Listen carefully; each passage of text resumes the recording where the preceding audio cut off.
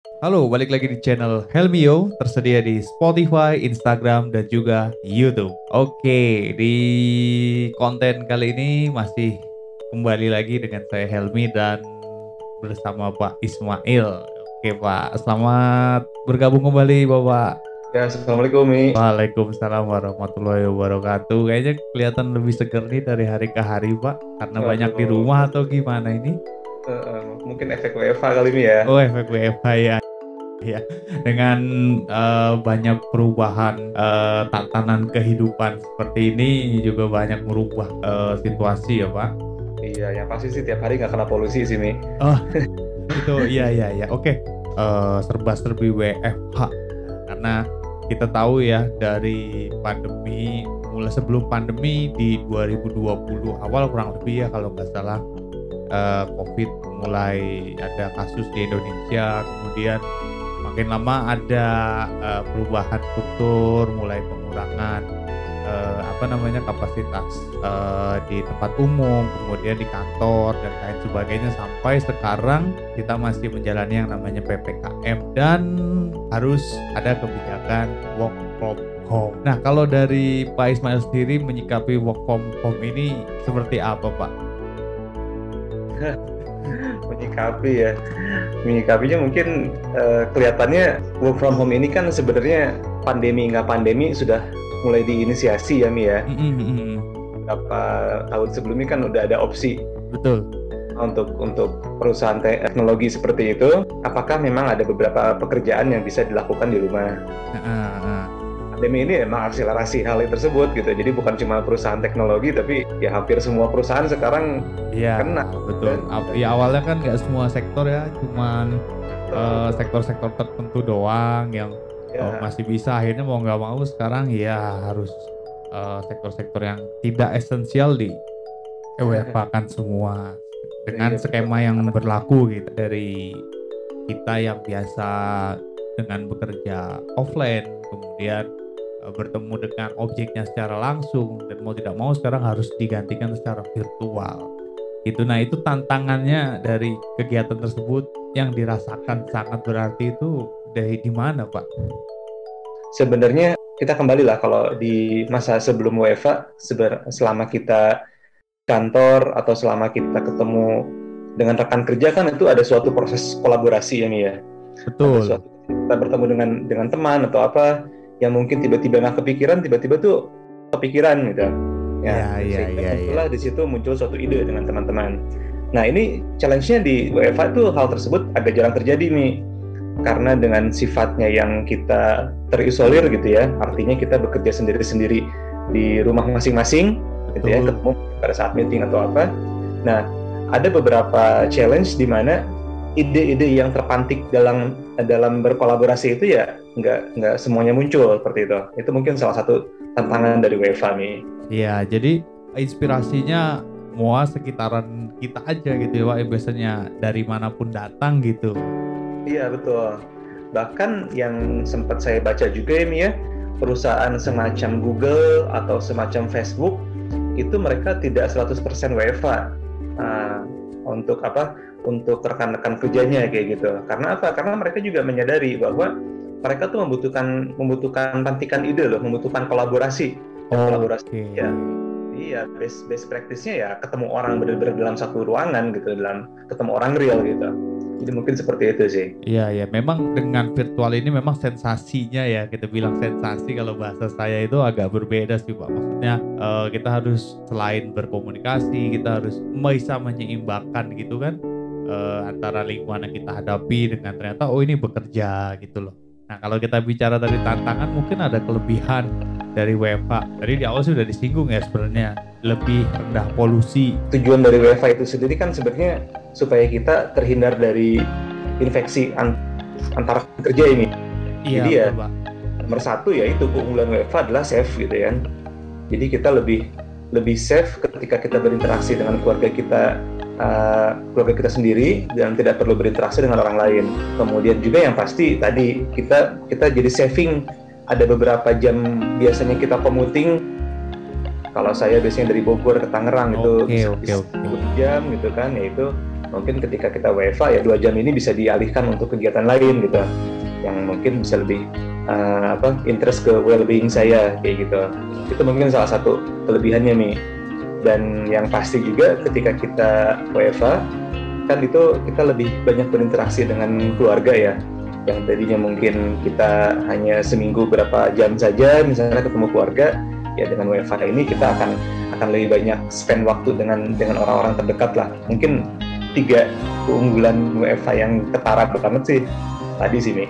Nah, dengan adanya tadi udah saya dapatkan bahwa ketika kita di rumah kan pastinya suasananya berbeda dengan kantor. Otomatis kita untuk proses generate idenya itu juga berbeda. Kalau misalnya tempat kerja mungkin ada objeknya, kita langsung bertemu, oh ya kita harus menyelesaikan dari sisi inputnya mungkin, prosesnya atau outputnya. Nah, kalau di rumah menyikapinya nih gimana nih Pak, dengan lingkungan rumah mungkin yang suasananya homey banget, kemudian lebih baik kayaknya rebahan gitu, tapi harus mengenerate idea, mengenerate solution for solve the problem. Nah itu kalau dari Pak Ismail untuk menyikapi lingkungan rumah supaya menjadi tempat kerja gimana Pak? Mungkin bagaimana cara kita menyikapi WFA ya. Mungkin yang saya bahas di sini ada 2 aspek nih, aspek internal dan aspek eksternal. Aspek internal itu artinya bagaimana kita sendiri atau di lingkungan rumah menyikapi WFA ya. Iya. Kita harus mengkondisikan supaya ketika kita bekerja itu ada suatu batasan yang memang oke, ketika kita di zona ini kita fokusnya adalah fokus bekerja nih. Nah itu gimana caranya, memang harus dibikin kayak semacam apakah ada tempat duduk khusus atau memang kalau lebih bagus lagi ada ruangan khusus kayak gitu ya. Tapi ya opsional sih, nggak harus ruangan, yang penting ada suatu tempat di mana ketika kita masuk ke dalam tempat tersebut, zonanya udah zona oke, sekarang saya harus serius, saya harus mengerjakan pekerjaan kantor.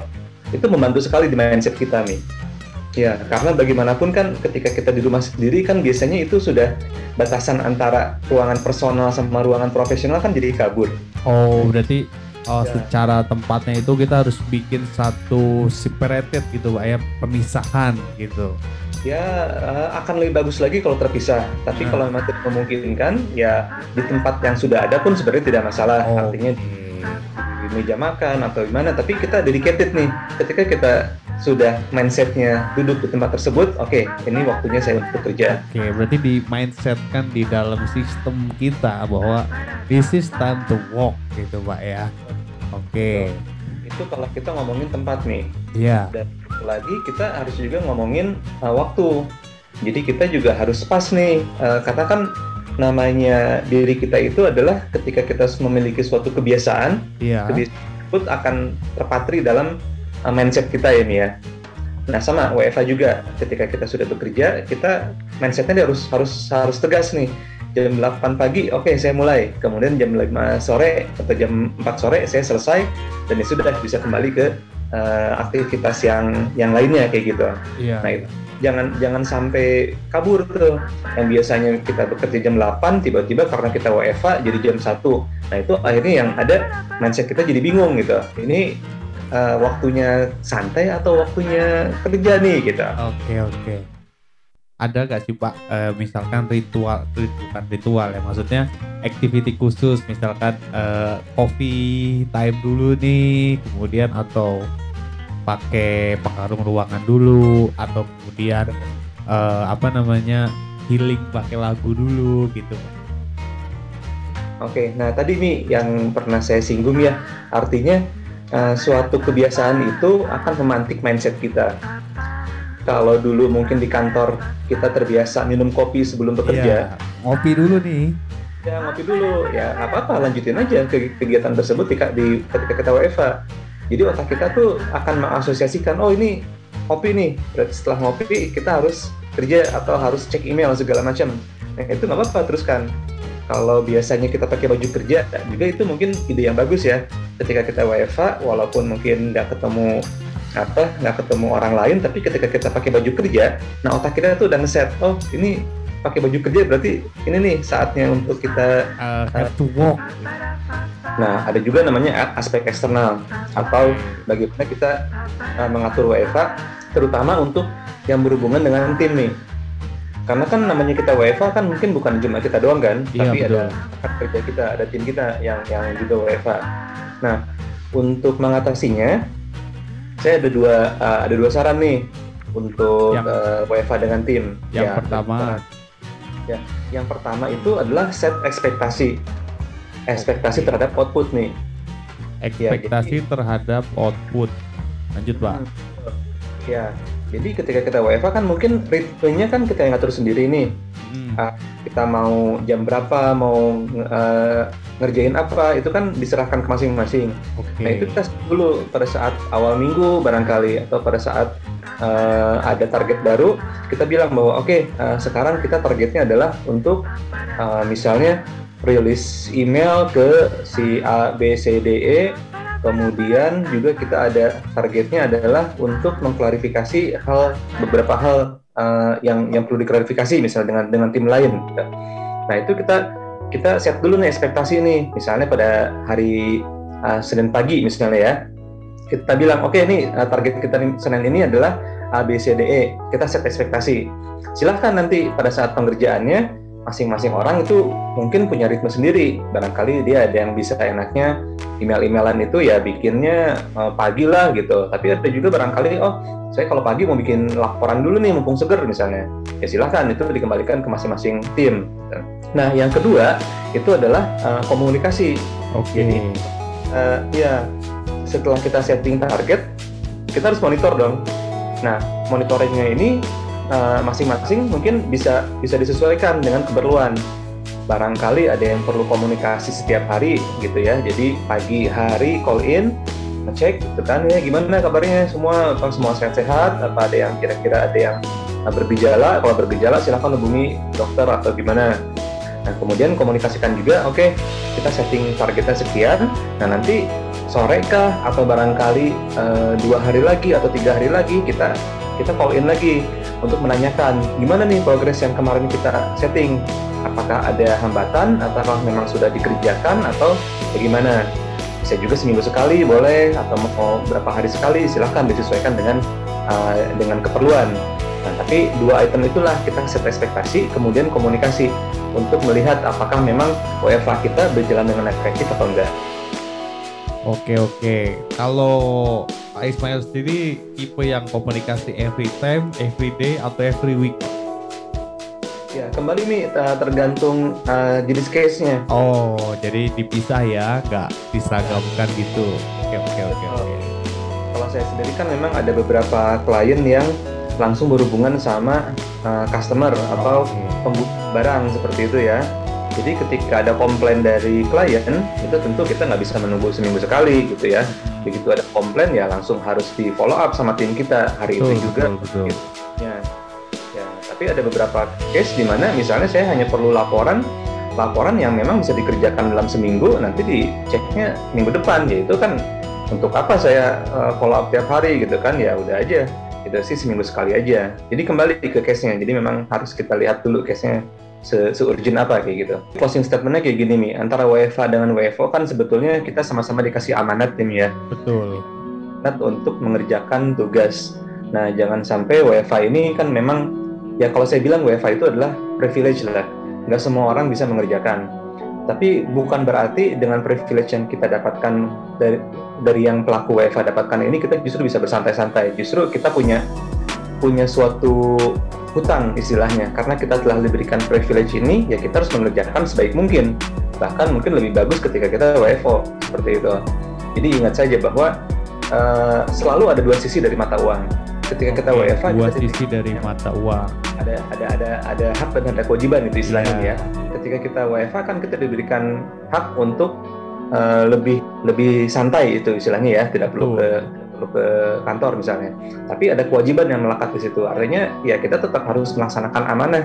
Ketika kita ditugaskan untuk bekerja, ya kerjakan sebaik mungkin. Bahkan mungkin lebih baik ketika kita bekerja di kantor. Yang memang kondisinya ketika WFA kan lebih sedikit gangguan, sehingga mungkin kita bisa lebih berkonsentrasi untuk mengerjakan tugas kita. Mungkin itu sini.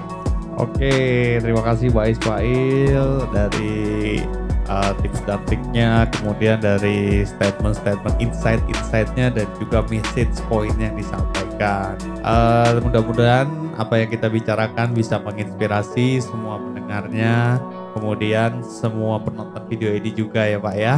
Dan untuk seluruh pendengar dan juga penonton channel Helmio, boleh di like, juga di komen, di share, di subscribe juga kalau nonton di YouTube. Dan kalau di Spotify boleh juga di share ke teman-teman yang lain. Sekali lagi kita ucapkan terima kasih. Mudah-mudahan apa yang kita bicarakan bisa menginspirasi. Sampai ketemu lagi di konten Helmio berikutnya. Goodbye.